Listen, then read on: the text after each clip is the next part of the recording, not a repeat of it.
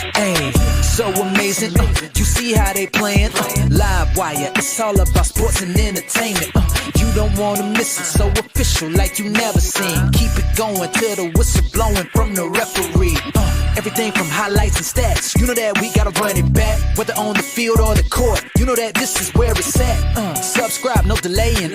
This is Live Wire, sports and entertainment. Let's go.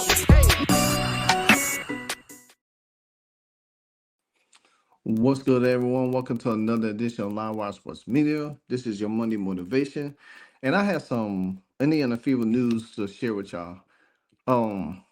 Unfortunately, we knew this was coming. We unfortunately knew at this time of the season that the Indiana Fever had to cut down their roster by May 15th, which that is right around the corner. Going into before before the regular season game against the Chicago Sky. But nevertheless, it's going to be tough because a lot of teams have like 18 players on a squad, and all of these draftees they drafted, and knowing that they're not going to keep a lot of them, and some of them probably going to get picked up later on. Some of them probably go off the place overseas a little bit here and there. But nevertheless, the Indiana Fever has made two roster cuts today. The first one is kind of disappointing to me because I really like this young lady. I think she has a lot of promise, and I wish she could have made the team. Bree Hall out of South Carolina, who was a third round pick. Actually, she was a second round pick. She wasn't a third round pick. She was a second round pick. Um, and she had a good training camp. She did. She had a very good training camp. She actually played well. She had a pretty good game yesterday. She did score 9 points. You know, but nevertheless, it was going to be a hard hill for her to a hard uphill battle for her to really make the team. I still fought Lynn Dunn for this. She could have easily been a candidate to make this team because Lynn Dunn messed that contract up with Katie Lou Samuelson, and I hate to say keep harping on it and saying it, but Lynn Dunn should never ever touch a team again. And I'm glad they're keeping her in the shadows, away from the team, because the fact of the matter is, you gave Katie Lou that high price contract and everything, and knowing that and then you gave Damaris Dantas a protected contract, where that contract could have been negotiated to probably fill another roster spot. Now, I don't know how other, and then the way the Fever has signed all of these players, they have to, all the free agents that they signed and brought into the team, they contracts have to be guaranteed, because the fact of the matter is they signed for that much. Unless somebody say, hey, I want to renegotiate my contract. I want to take a low price. I would like to see her back on the team. You know what I'm saying? Something like that. Who knows? But with the little bit of salary cap that the Fever have, it makes it really hard for them to keep 12 players. They can't add a 12 player until midway through the season. You know, that's when they'll be able to add a 12th player. Now, if Bree Hall doesn't get picked up midway through the season, can the Fever bring her back? Yeah, they can. And hopefully they could talk to her and say, well, hey, don't sign with nobody. Hold out until mid-season. We could bring you back. I would love to see her come back mid-season if she doesn't get picked up by another team, you know, because right now she'll probably have to wait, train, and keep going. And I think the Indiana Fever front office, they like Bree. They really like her, and I think they would love to have her on the spot. But right now is business, and you have to make these cuts. Unfortunately, you know, you got to do this. Now, the second player that they cut today was Jillian Alleyne. Now, she was a long shot. She was a training camp contract brought in, and along with Jalen Brown.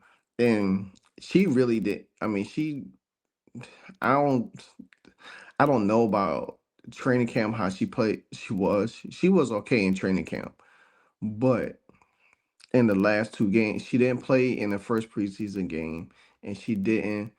She only played in a few minutes yesterday. But but again, she was a long shot. I really didn't think she was gonna make the team at all. To be honest with you, I really don't think she was gonna make the team at all, because the fact of the matter is that what the Fever looking for. You see, Bree Hall is a guard, and she also has great defense, and she could play. She could shoot the three. That what that and now would if the Fever didn't bring in Sydney Colson, would Bree make the team? Yeah, but Jillian Alleyne, she was never going to make the team. She was never going to be able to be in position to make the team um the way we thought she was. But it's sad, it's unfortunate, and that's how it is. That's how the cookies crumble. Now the Fever do have three more players that they are evaluating, and these players did have a pretty good preseason the first two games. That is Jalen Brown, that is Yvonne Ejim, and um Michaela Tipson. Now Michaela Tipson to me is a is a solid shoe in to me. I think Jalen Brown and Yvonne Ejim is kind of like, out there, because Tipson is the one that to me is really going to make the team. I think they just want to evaluate them more and see what they bring in this last preseason game going on Saturday. But I don't think Tipson gonna get cut. Not at all. I don't think she's gonna get cut. I think she's making this team. It's gonna be hard for um Jalen Brown to make the team and Yvonne Ejim. I don't see them making the team at all. You know, and hopefully, their careers continue to flourish at all. But right now, the roster cuts gotta come. They have to come. And it's sad and unfortunate because I said this before, and I had a conversation with somebody earlier today that the WNBA need to do what the NBA does, have 15 roster spots. That way, right there, you could have these players on this team. If you think about it, all right, so you got 12. Well, you got 11 right now. So Bree Hall would have took up 12. You probably would have kept Yvonne Ejim at for the 13th spot. Then for the 14th spot, it could have been Jalen Brown. Boom. That's your roster right there. You didn't have to really do nothing else. And if you didn't want to have one of them and you want to go out and get a free agent, if you could have, then you could have filled that spot like that. So I think and like I said before, I think the WNBA needs to get it together on all fronts. They need a G League for these players to go down and continue to work and get better and be ready to get their name called when injuries happen to these teams and they could come up and everything like that. And they need to move the roster spot to at least 13 or 14, period. Period. And that's something I feel like they need to negotiate in the new collective bargaining agreement this summer.